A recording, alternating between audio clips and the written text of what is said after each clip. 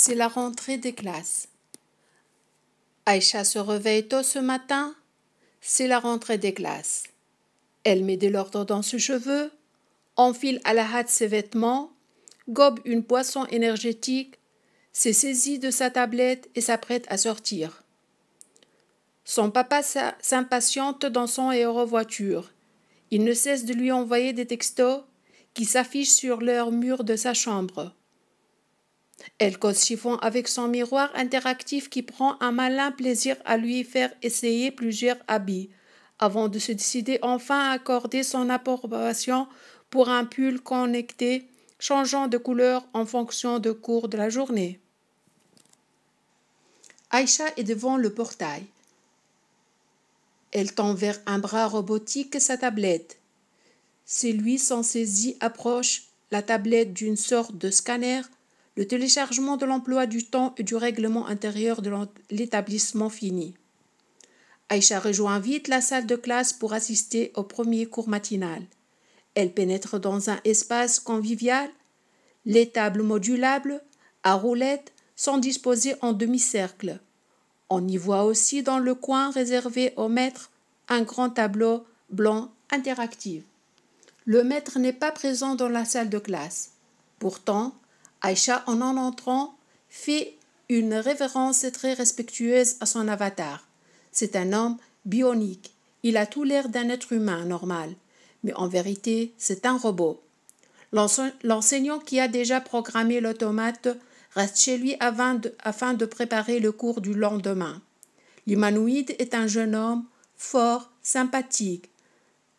C'est androïde équipé de logiciels très performants est capable d'enseigner toutes les matières, de sorte que les élèves n'ont plus besoin de changer de salle de classe ou de s'adapter à des manières d'enseignants différentes. Mieux doté d'une intelligence artificielle extrêmement puissante, il est capable de prendre en charge individuellement et en même temps chacun de ses élèves.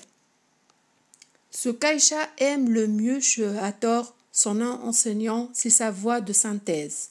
Mélodieuse et pleine d'intonation expressive, la parole artificielle d'humanoïde rend la compréhension du cours des plus faciles. Plus intéressant, le débit oratoire du maître se transforme en une écriture qui s'affiche sur la tablette de l'élève. Elle aime ça par-dessus tout. Elle, qui n'aime pas trop taper et préfère concentrer son temps sur le contenu du cours. Mais le plus intéressant, c'est qu'Hathor est un blagueur invétéré. Son cours est émaillé de blagues et de mots d'esprit qui rendent la science très agréable au point que les enfants ne voient pas le temps passer.